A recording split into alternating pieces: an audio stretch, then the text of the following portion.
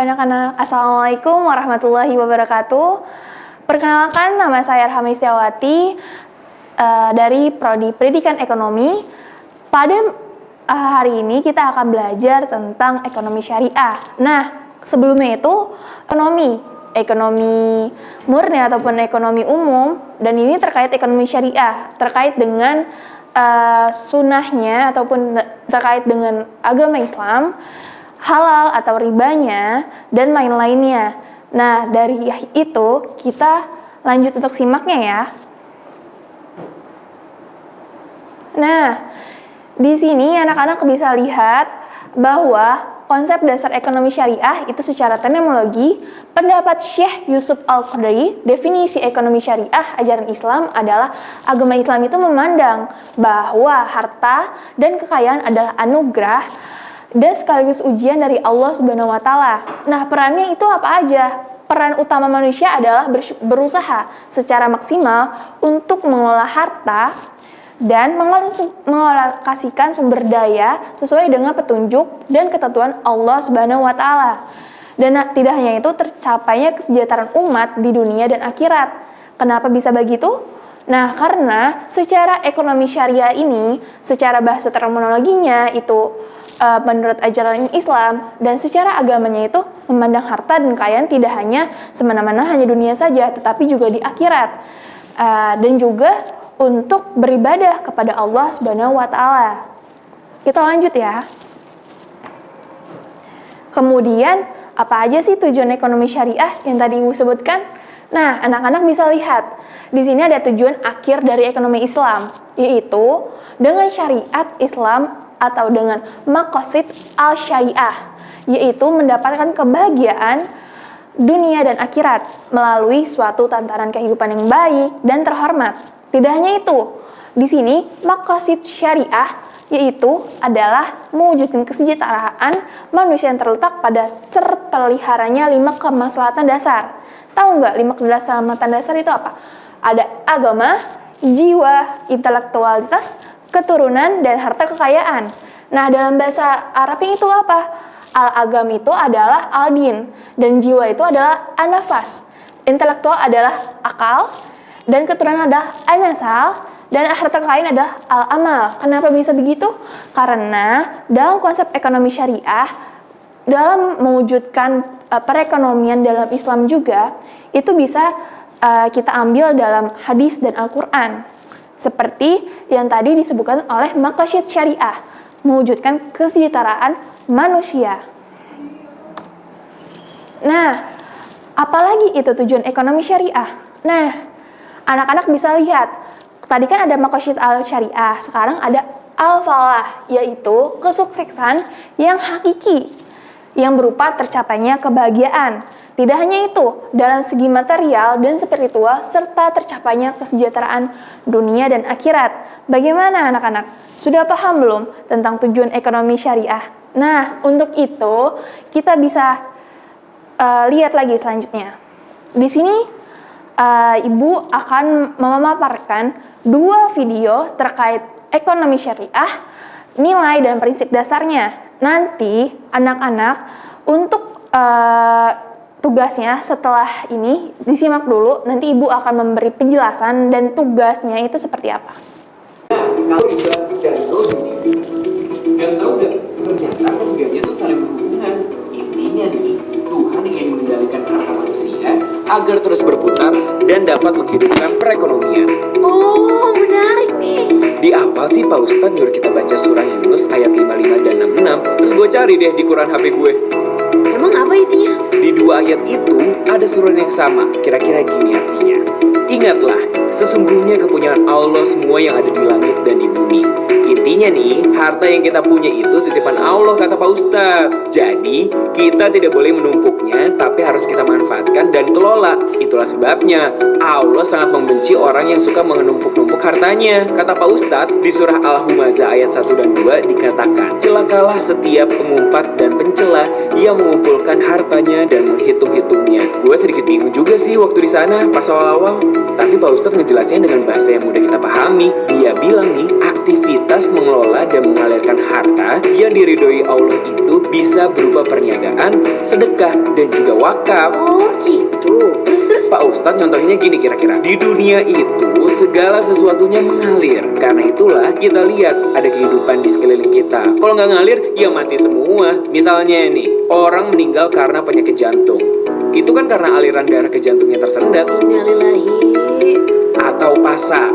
Kalau tidak ada aliran uang alias gak ada pembeli, lambat laun kan tutup. Banyak deh yang dicontohin Pak Ustadz terkait makna aliran itu untuk menghidupkan. Karena itu sudah hukum Allah atau sunatullah.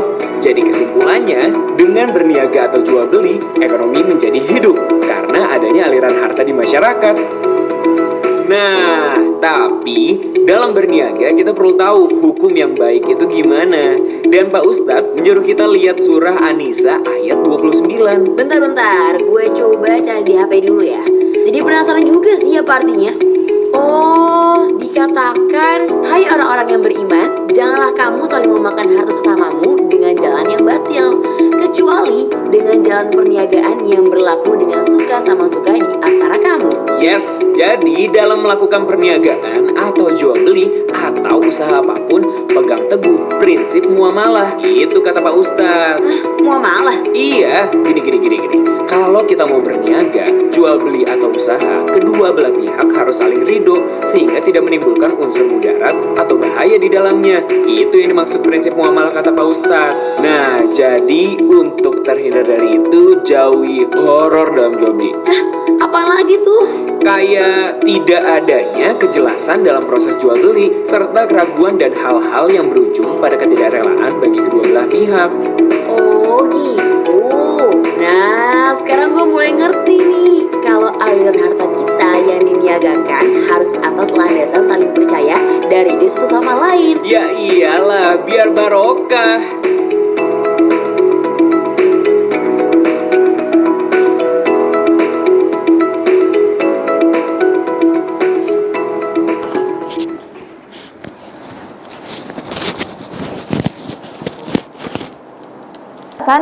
Halal dan haramnya terkait ekonomi syariah itu seperti apa?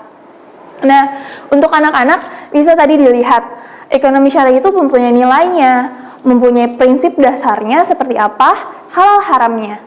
Nah, nanti akan saya beri penjelasan terkait video pertama.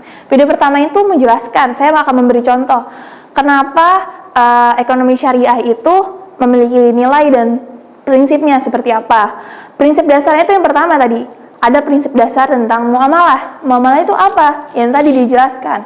Muamalah itu antara kedua belah pihak yang memiliki atas keriduan jual beli, ya kan? Contohnya, saya adalah penjual dan Nur adalah pembeli, ya kan? Nah, Nur ini mau beli barang atau contohnya saya jual sayur dan Nur ingin membeli tomat, wortel ataupun sayur sop, ya kan, untuk sayur-sayuran lah ya, untuk dibeli, ya kan.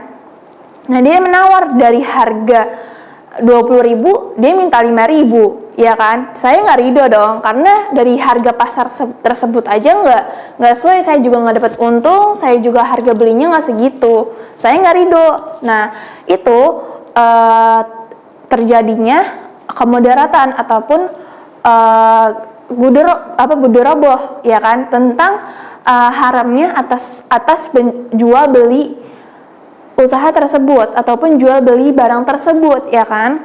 Saya nggak ridho tapi Nur maksa gitu, nggak bisa kayak gitu, dan itu nggak sah atas pembelian tersebut, ya kan. Nah, makanya dari itu kalau memang anak-anak sekalian mau beli barang nih ya, penjualnya juga harus ridho, karena kalau misalnya penjualnya ridho, barang itu menjadi halal untuk kalian konsumsi ataupun kalian pakai, seperti itu. Nggak bisa untuk dipaksa, ya kan.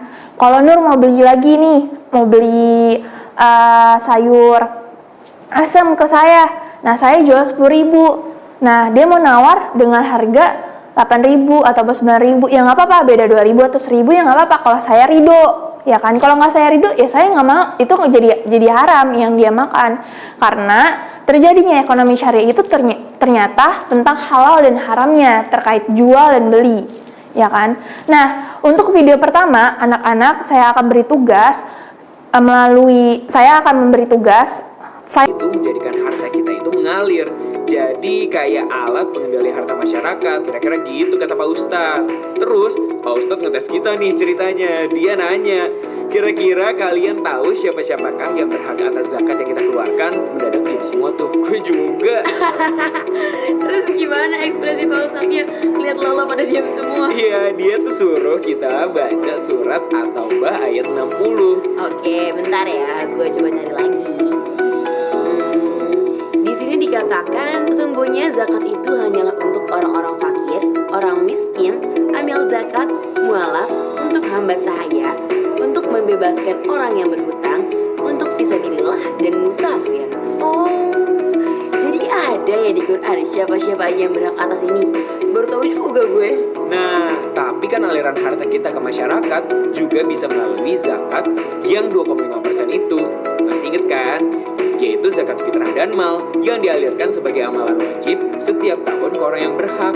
Terus juga ada yang dialirkan sebagai peranan sosialnya berupa pemberian sedekah dan infak ke orang-orang yang tidak mampu agar mereka mempunyai daya beli untuk keperluan sehari-harinya. Oh, terus ada cara lain nggak ngalirin harta kita selain zakat? Nah, itu juga yang gue tanya ke Pak Ustadznya. Terus dia ngomong nih, alirkan harta tersebut setelah engkau bersihkan dengan zakat itu. Antara lain dengan cara berniaga atau jual beli. Dulu sih zaman bokap gue ngetopnya sebagai berusaha. Kalau zaman now, Jadi entrepreneur kali. iya, paham gue sekarang. Tapi nih ya, kadang tuh gue suka ngeliat teman-teman gue yang pengen berwirausaha atau ngembangin usahanya malah kebentur sama model usaha yang ujung-ujungnya minjem uang kan. Kalau nggak ke bank, ke keluarga, atau nggak ke temen. Nah, sama dengan usaha dagang temen gue nih. Mirip juga sama teman-teman lo. Iya, tapi sebenarnya nggak ada masalah sih, asal jangan ada bunganya. Nah, kata Pak Ustadz, itu namanya riba. Riba itu bahaya karena bisa mematikan perniagaan atau jual beli. Riba emangnya apaan sih? Riba itu adalah tambahan atau keuntungan yang sudah pasti atau dipastikan. Maksudnya apaan sih? Terus gimana riba bisa mematikan perniagaan? Aduh, gini nih contohnya. Misalnya nih, ada riba atau tambahan yang dipastikan sebesar 10%. Apa ada yang masih mau berdagang atau berniaga dengan harapan keuntungan di bawah 10%? Ya nggak mau dong. Kalau udah ada yang dipastiin keuntungan besar gitu, mana ada yang mau milih di bawah 10%? Nah itu dia, itu yang disebut riba mematikan perniagaan atau jual beli. Coba, kalau orang berbondong-bondong melakukan riba untuk mengharapkan untung dari bunganya, kan lama-lama nggak ada yang mau ngalirin uangnya untuk buka usaha atau dagang kan? Terus yang punya duit, pastilah gak mau modalin usaha orang, karena untungnya juga nggak jelas kan? Gimana perekonomian mau maju coba? Pak Ustadz sih usulin gini, mendingan pakai metode profit loss sharing. Jadi untung atau rugi kita tanggung bersama-sama. Itu lebih solider. Jadi membangun perniagaan dengan kebersamaan.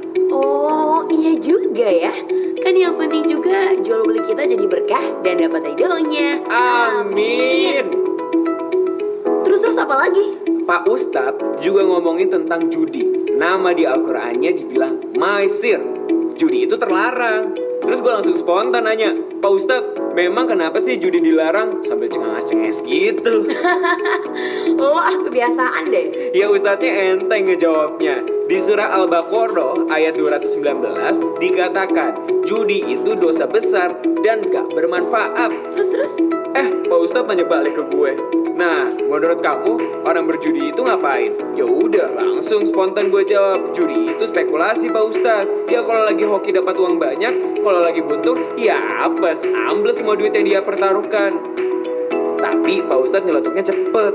Menurut kamu, memang jual beli nggak spekulasi juga? Kan kalau dagangan lagi hoki, bisa untung besar juga. Tapi kalau lagi lesu, ya apes juga. Skakmat lo ya dibalikin lagi jawabannya. Iya, gini kira-kira penjelasan logisnya. Ini kata Pak Ustadz. Kalau berniaga, harta yang kita gunakan dalam perniagaan otomatis mengalir dalam bentuk barang dan jasa dan dapat dirasakan manfaatnya oleh orang lain. Itu dia perbedaannya. Wih, bener juga ya kata Pak Ustadz. Itulah kenapa judi itu dilarang, karena tidak bermanfaat, kan tidak meningkatkan suplai barang dan jasa ke masyarakat. Nah, setelah 3 bahasan utama tadi, Pak Ustadz mengaitkan hubungan zakat, riba, dan juga judi. Bahasan ini yang bikin gue melotot. Gila juga ya, ternyata ketiganya saling terkait. Iya, jujur gue juga bingung sama kaitannya. Gini. Masih ingat gak? Di awal ada bahasa mengenai aliran, di mana kalau ekonomi masyarakat ingin hidup, maka harta kita harus mengalir. Iya, ingat. Jadi siklusnya begini, dengan zakat, harta bukan saja dibersihkan, tapi juga didorong untuk mengalir menuju perniagaan atau jual beli atau usaha apapun yang dihalalkan Allah. Maka aliran perekonomian jadi terbentuk. Lama-kelamaan akan terbentuk siklus kehidupan dari masyarakat tersebut. Nah, mulai jelas nih gue. Yang dimaksud aliran yang lo omongin di awal. Nanti dulu, ada yang bisa bikin aliran tadi tersendat, yaitu riba. Karena riba bisa mematikan aliran perniagaan, seperti yang tadi gue jelasin tuh. Terus, hindari dan jauhi judi, nggak ada manfaatnya juga tuh untuk perekonomian. Jadi, hubungannya gini nih. Zakat itu menciptakan aliran perniagaan, sementara larangan riba akan membuat aliran perniagaan itu maksimal. Sedangkan larangan judi akan membuat aliran perniagaan yang optimal tadi menjadi bermanfaat karena adanya aliran barang dan jasa yang akan memberikan kesejahteraan dan kemakmuran ke masyarakat. Masya Allah, dahsyat nih siklus yang Pak Ustadz gambarin. Wah, sekarang clear nih gue keterkaitan antara ketiganya. Iya, sekarang gue juga paham bagaimana kita menghidupkan perekonomian sesuai tuntutan Quran agar barokah ke depannya. Thanks ya, udah dapat pencerahan banyak dan dalam dari lo. Sama-sama. Semoga bermanfaat ya untuk semua yang dengar di sini.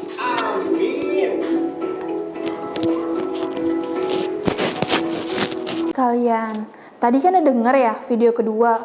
Gimana nih menurut tanggapan kalian?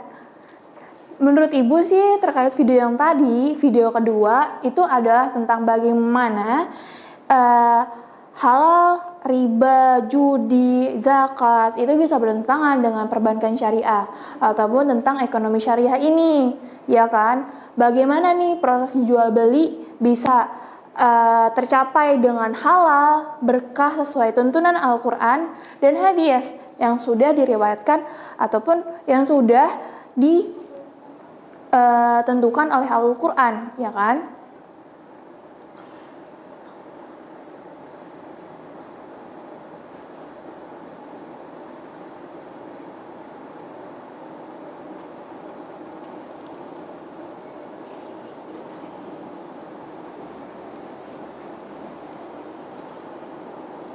Nah, tadi kan dalam video tersebut sudah dijelaskan ya. Nanti video pertama dan video kedua kan sudah Ibu kasih tugas tentang nilai dan prinsip. Nah, dalam video tersebut sudah tuh 5 kelompok. Nanti 5 kelompok itu di pertemuan selanjutnya nanti akan saya berikan presentasi. Jadi tugas yang kemarin ataupun tugas yang sekarang yang saya berikan nanti ataupun besok di pertemuan selanjutnya dipresentasikan dalam hasil video tersebut. Kenapa, ya kan? Ada 5W dan 1H.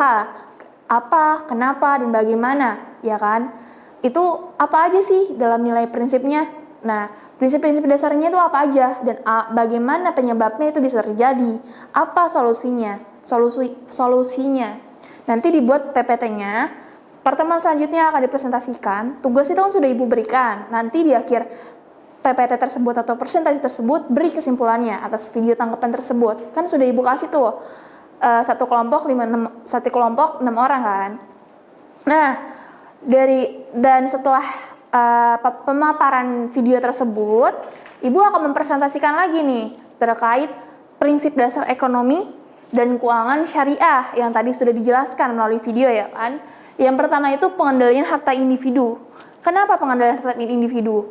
Dalam yang sudah diterapkan ataupun yang sudah ditentukan oleh Al-Quran, bahwa harta itu hanya sementara. Dan kita bagaimana nih bisa memputar ulang secara halal berkah yang sudah diberikan oleh Allah, yang sudah diberikan oleh Allah dan sudah diperintahkan bahwa harta itu bukan hanya semata-mata tentang dunia, tetapi juga harus juga diingat tentang akhiratnya. Yang kedua ada distribusi pendapatan. Distribusi pendapatannya ini gimana? Nah, distribusi pendapatan ini kan ada jual beli kan dalam ekonomi syariah. Nah, itu kan prosesnya itu tadi kan jual beli. Jual belinya itu secara berkah, nggak ada judi, nggak ada riba, ya kan? Nah, ribanya itu seperti apa? Yang tadi video yang kedua, ya kan dijelaskan bahwa keuntungan itu bisa jadi untuk penjualnya dan pembelinya. Nggak boleh sebanyak-banyaknya, itu juga merugikan pembelinya, ya kan? Kita juga bisa lihat contohnya di bank. Di bank contohnya anak-anak sekalian bisa lihat kan, orang tua kalian kadang suka nabung ataupun meminjam uang di pegadaian ataupun menggadai barangnya. Dan itu kan pakai bunga. Nah, bunganya itu kalau memang besar, bisa jadi itu dia jatuhnya riba karena mengambil keuntungan sebanyak-banyaknya. Dan orang yang mengutang dengan bank, yang biasa mengutang dengan bank itu biasanya kan riba, keuntungannya banyak ya, itu jatuhnya riba karena pihak bank itu ngambil untung terlalu banyak dan merugikan para orang-orang yang biasanya meminjam uang, ya kan? Dan itu jatuhnya riba. Makanya distribusi pendapatan ini harus berkah dan halal sesuai anjuran Al-Quran yang sudah ditentukan. Pembelinya 10%, penjualnya juga 10%. Jadi sama-sama untung, ya kan? Nggak ada rugi sama sekali. Ketiga, ada optimalisasi bisnis. Nah, optimalisasi bisnis itu apa? Mengoptimalkan secara bisnisnya secara berkah. Apa tuh secara berkah? Yang tadi disebutkan dalam video pertama, penjual dan pembelinya juga itu harus ridho dalam jual beli, walaupun atas tawar menawar dan ataupun tidak. Kalau memang penjualnya memang anak-anak sekalian ada usaha online nih ataupun usaha yang jual memang secara langsung nih, nggak ikhlas nih karena ditawar terus. Nah, lebih baik nggak usah diberikan harganya karena nantinya barang itu juga akan bermanfaat untuk orang itu ataupun barang itu akan dipakai ataupun dimakan ataupun dan lain-lainnya, dan itu menjadi tidak halal, jadinya haram. Kasihan juga orang yang pembeli. Makanya kalau misalnya ada orang nawar itu, ya kita harus ridho gitu. Ataupun kalau memang nggak ridho, ya udah nggak usah dikasih, seperti itu. Keempat, ada transaksi keuangan. Transaksi keuangan itu terjadi dalam prinsip ekonomi syariah. Prinsipnya itu kenapa dalam transaksi keuangan itu adanya transaksi, ya kan? Dalam transaksi yang tadi kan sudah ibu sebutkan dalam aktualisasi bisnis, ya kan? Dalam transaksi itu harus adanya halal, tidak ada riba, tidak ada judi juga. Dan ini ada partisipasi sosial.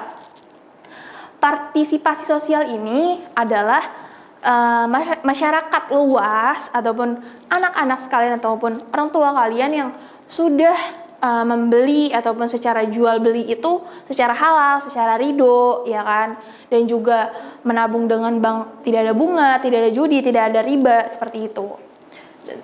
Keenam, ada transaksi muamalat. Transaksi muamalat itu apa? Transaksi muamalat ini adalah yang tadi dijelaskan tentang prinsip dasar muamalah, ya kan, proses jual beli secara halal, seperti itu. Nah, kemudian ada slide terakhir. Di sini ada karakteristik ekonomi Islam. Ekonomi Islam itu apa, Bu? Ekonomi Islam ini bagian dari ekonomi syariah. Nah, sesuai dengan anjuran Al-Quran. Yang pertama adalah adil. Adil ini apa yang disebutkan? Keadaan terdapat keseimbangan di antara semua penyusunan perekonomian perlakuan terhadap individu, hak hidup, layak.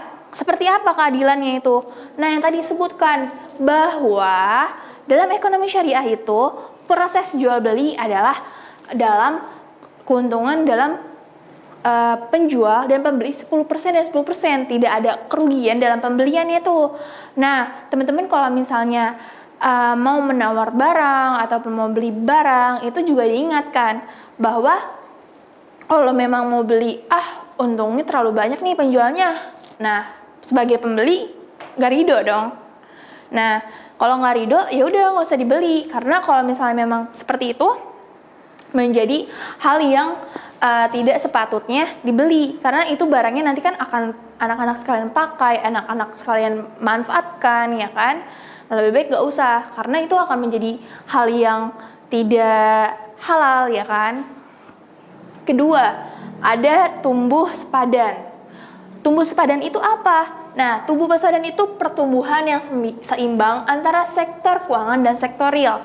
Sektor keuangan itu seperti apa, Bu? Sektor keuangan itu seperti bank. Bank banyak kan, bank ekonomi syariah, ada BSI kan yang anak-anak lihat kadang di jalan tuh. BSI itu apa sih?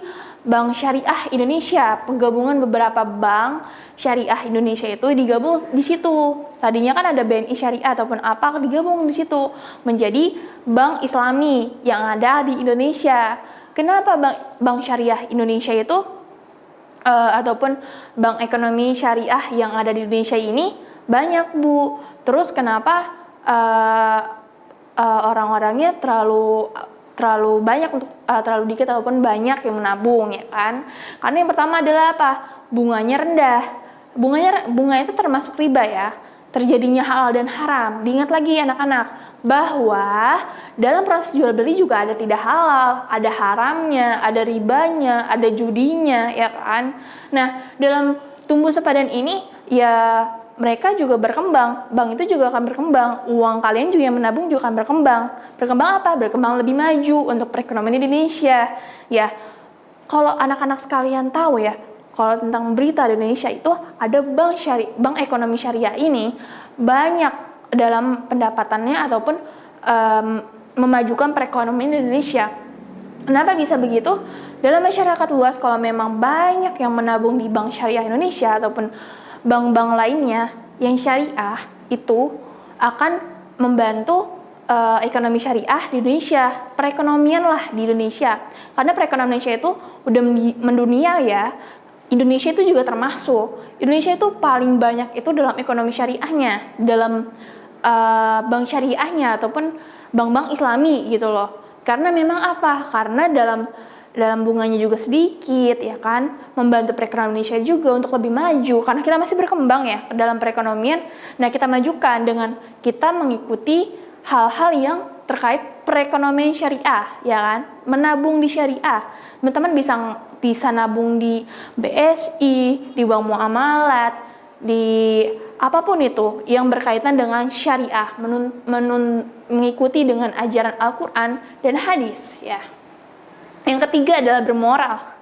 Bermoral itu apa? Bermoral itu adalah kesadaran akan pemahaman terhadap kepentingan bersama dan kepentingan jangka panjang yang lebih penting. Kenapa bisa begitu, Ibu? Nah, bermoral itu kan terkait adab, ya. Adab yang kita lakukan, adab yang kita jalankan sehari-hari, adab yang kita lakukan dalam setiap perjualbelikan, setiap menabung, setiap yang kita lakukan dalam kegiatan setiap hari, ya. Nah, bermoral itu bisa kita lihat di mana? Di jual beli. Balik lagi, ekonomi syariah itu terkait dengan jual beli, menabung, riba, judi, dan lain-lainnya. Nah, itu kenapa bisa gitu, Bu? Nah, karena kan ada pahala juga, ada dosa juga dong. Masa kita memakan hal-hal yang berdosa gitu, maksudnya? Kan memang babi itu dosa, tapi kan kita juga babi itu emang dosa dan haram secara Al-Qur'annya, dan secara Al-Qur'an, secara proses perjualbelikan itu juga dilihat prosesnya seperti apa, barangnya itu seperti apa yang kita makan, yang kita manfaatkan, yang kita gunakan. Itu berpahala nggak buat kita? Karena balik lagi, kalau penjualnya nggak ridho, ya haram. Walaupun barang itu terlihat memang halal. Makanan misalnya kita beli nasi uduk, kita mau beli nasi uduk harga 5.000 di situ kata ibunya. Ya kan, Bu, saya mau beli nasi uduk dong 5.000. Iya kan? Yang satu lagi yang namanya Ana bilang, kemahalan, saya maunya belinya 4.000 aja, kalau nggak 3.000, di rumah saya 3.000 tuh kan banyak ya kayak gitu. Terus penjualnya nggak ridho, bilangnya gini, ya kan di sini 5.000, nih nggak bisa ditawar 3.000, emang udah harganya segitu kan, kalau di sana beda daerah sama di sini, kayak gitu kan misalnya. Nah, contohnya seperti itu, dan itu penjualnya nggak ridho. Ya udah nih, ambil aja nih, kalau emang Neng cuma punya 3.000, ya udah, akhirnya sudah dibeli sudah dimakan, ya udah sebenarnya makanan yang ana makan itu haram, seperti itu. Karena adanya proses penjual beli yang tidak halal. Nah, dalam jual beli juga bermoral. Kenapa harus ada moralnya? Karena adanya keridoan atas jual beli yang sudah dilakukan. Nomor 4 adalah beradab. Nah, adab itu juga penting loh dalam perekonomian. Apa itu, Ibu? Perekonomian yang menjunjung tinggi nilai-nilai luhur bangsa. Nih, gimana nih anak-anak sekalian, pemuda-pemudi, putra-putri Indonesia, ya kan? Yang sangat beradab, ya kan? Di Indonesia ini juga ditentukan dalam perekonomiannya agar kita juga maju. Tidak hanya dalam kita berkegiatan sehari-hari aja, tapi juga dalam proses penjual beli, dalam proses kegiatan, dalam proses menabung, dalam proses-proses yang kita lakukan gitu. Nah, tadi kan udah Ibu kasih nih ya terkait ekonomi syariah. Nah, itu bagaimana sih Bu kita dalam kegiatan sehari-hari untuk kita bisa ngelihat nih prinsip dasarnya itu seperti apa ekonomi syariah itu, agar kita bisa melakukan secara halal, nggak kelihatan tuh haramnya. Kita juga tahu nih dosa kita tuh di mana gitu Bu, ataupun mungkin halal haramnya yang saya pakai. Nah, itu balik lagi dalam prosesnya. Proses itu sangat penting ya anak-anak sekalian. Sebelum adanya terjadinya tujuan yang kita pakai ataupun tujuan yang kita beli, itu kan pasti ada prosesnya ya. Proses itu harus kita lihat yang tadi kita bahas ya kan. Ada riba, ada judi, ada zakat juga. Nah, ketiga itu kan bersumber ya. Kalau memang judi itu kan juga nggak boleh. Anak-anak sekalian kan pernah dengar tuh judi-judi slot ya kan di internet ataupun saya mau nara nih slot segini kan lagi pada viral banget ya. Itu nggak boleh. Itu yang uang yang kita dapat itu menjadi haram, nggak berkah, dan itu juga masuk ke darah kita ya kan. Yang kita makan, yang kita lakukan itu bakal masuk, apalagi makanan bakal ngalir terus ke darah kita ya kan. Itu nggak boleh karena haram itu sangat dilarang ya kan dalam anjuran Allah Subhanahu wa taala yang sudah ada di Al-Qur'an. Haram itu sangat tidak dibolehkan. Apalagi riba yang tadi tentang proses utang ataupun di bank, menabung di bank, itu kita juga harus lihat bunganya besar nggak? Ini riba nggak buat saya? Kayak gitu. Kalau misalnya terjadinya riba dan anak-anak sekalian nih, anak-anak ceritanya sebagai anak ya, ibunya itu mau ngutang nih ke bank, bunganya gede banget, ya kan? Nah, anak-anak sekalian jangan terima karena di situ ada riba, ya kan? Karena riba itu kalau misalnya terjadi itu seperti ya udah haram gitu, jadinya haram karena proses yang dilakukan itu kalian malah rugi, bukan dapat untung, banknya yang untung, seperti itu. Terus yang ketiga, misalnya proses jual belinya, kalau yang tadi Ibu kan sering nih memberi contoh dari tadi ya kan tentang membeli sayur, membeli nasi uduk, itu kan banyak proses jual beli yang setiap hari kita lakukan ya kan. Pasti setiap hari anak-anak sekalian pasti bakal terus melakukan konsumtif gitu dalam jual beli. Nah, dalam jual beli itu yaitu teman-teman ataupun anak-anak sekalian harus diperlihat prosesnya itu haram atau enggak gitu. Kalau memang penjualnya itu memang mau memberi harga yang segitu, ya udah kita ikutin harganya segitu. Kalau memang ridho untuk memberi tawaran, ya udah ridho. Misalnya kalau memang masih takut nih untuk koridoannya, ini prosesnya udah ya, maksudnya misalnya anak-anak sekalian membeli barang misalnya membeli barang crab ya, makanan crab nih 2.000. Nah, barangnya dulu uangnya dulu dikasih, baru makanannya kita ambil, seperti itu sahnya ya, dalam secara sah. Kalau pembelinya juga dan penjualnya juga ridho nggak Pak? Ridho Neng, ya udah langsung gas ya kan, bahasa sekarang tuh. Nah, udah selesai materi kita hari ini, udah lumayan lama ya kita melihat materi yang Ibu paparkan dari video dan presentasi yang Ibu presentasikan. Nanti ini kan Ibu udah bikin nih PPT-nya. Tadi kan Ibu udah ngasih tugas. di akhir itu ibu tambah lagi ya kan, beri kesimpulan yang tadi PPT ibu yang sudah ibu jelaskan dalam bentuk PPT juga. Kan udah video sama PPT yang udah ibu jelaskan. Kan udah tuh 5 kelompok, kan isinya 6 orang ya. Banyak dong, harus banyak kerja. Nggak boleh 1 orang doang, nggak boleh 2 orang doang. Kasih beberapa isi, bikin Word, 1 orang itu ngerjain apa. Kalau memang dia nggak kerjain, lapor ke ibu. Kenapa dia lapor ke ibu, kasih nomornya ke ibu, nanti ibu bakal chat. Soalnya kalau misalnya memang dia nggak kerjain, ibu kurang nilainya, ataupun ibu nggak kasih nilai sama sekali. Karena orang yang bakal lakuin ya ibu kasih nilai. Kan ini kita belajar, kita juga sama-sama belajar, semuanya belajar. Gak boleh nggak ada yang belajar sama sekali, oke? Oke, untuk materi hari ini udah cukup ya. Udah paham ya anak-anak sekalian, udah ibu beri contoh, udah beri video, udah ibu beri PPT, ya kan, ibu beri tugas, ya kan. Nanti di pertemuan selanjutnya kita bahas, ya kan. Wassalamualaikum warahmatullahi wabarakatuh.